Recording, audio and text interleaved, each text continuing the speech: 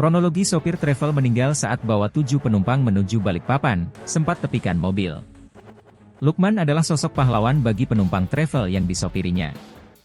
Lukman meninggal dunia saat sedang menyetir mobil travel yang disopirinya dari Bontang ke Balikpapan. Sebelum ajal menjemput, Lukman sempat menepikan kendaraan yang dibawanya ke pinggir jalan. Sebelum mendadak tidak sadarkan diri, Lukman berhasil mengamankan kendaraan di pinggir jalan sehingga penumpang selamat dari kecelakaan. Namun tiba-tiba Lukman tidak sadarkan diri saat tengah menyetir. Refleksnya sebagai seorang sopir layak diapresiasi karena berhasil menyelamatkan 7 penumpangnya dari mara bahaya yang setiap saat mengintai di jalanan. Meski sempat heran karena mobil tiba-tiba berhenti, penumpang akhirnya berterima kasih karena selamat dari mara bahaya berkat refleks almarhum. Kronologi sopir travel meninggal saat bawa penumpang. Mobil MPV berplat nomor KT 1489 KM yang awalnya melaju tiba-tiba berhenti di pinggir jalan. Para penumpang kebingungan karena sang sopir tiba-tiba menghentikan laju mobilnya. Para penumpang turun dan kebingungan pun terjadi.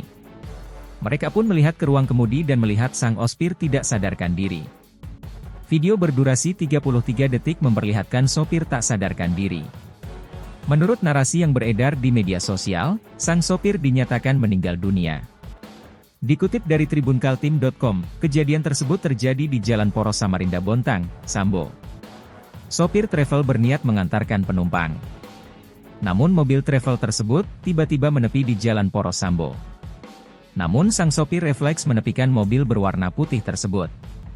Para penumpang turun dan kebingungan pun terjadi.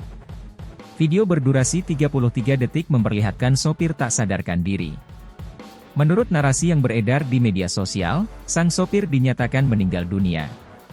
Dikutip dari tribunkaltim.com, kejadian tersebut terjadi di Jalan Poros Samarinda Bontang, Sambo. Sopir travel berniat mengantarkan penumpang. Namun mobil travel tersebut tiba-tiba menepi di Jalan Poros Sambo.